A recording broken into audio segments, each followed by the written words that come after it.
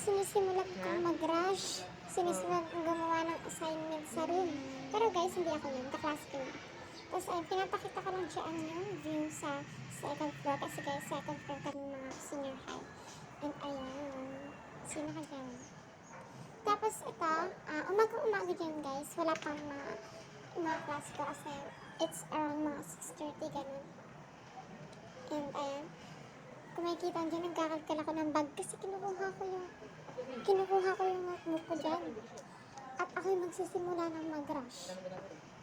Pero ayos lang kasi that time, it's a defense. Araw ng defense namin mga senior high. Kaya ayos lang kasi wala namang pumapasok na teacher and ayun, may time talaga para gumawa ng mga kulang mo. Pero ako naman, wala naman talaga ang kulang dyan. China-check lang ako. So ayun, nakikipag-dadahan ko siya.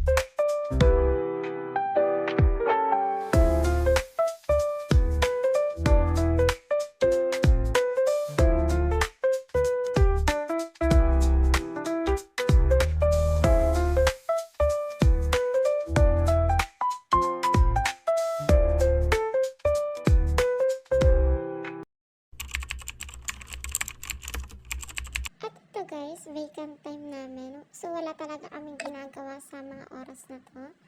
At ayan, yung mga oras na yun guys, kumakanta lang kami. Nagpapatugtog yung kaklase ko sa likuran ko. Tapos ayan, kumakanta lang kami dyan. Tapos ayan, walang katapos ang kanta guys. Dahil vacant time, wala kaming magawa.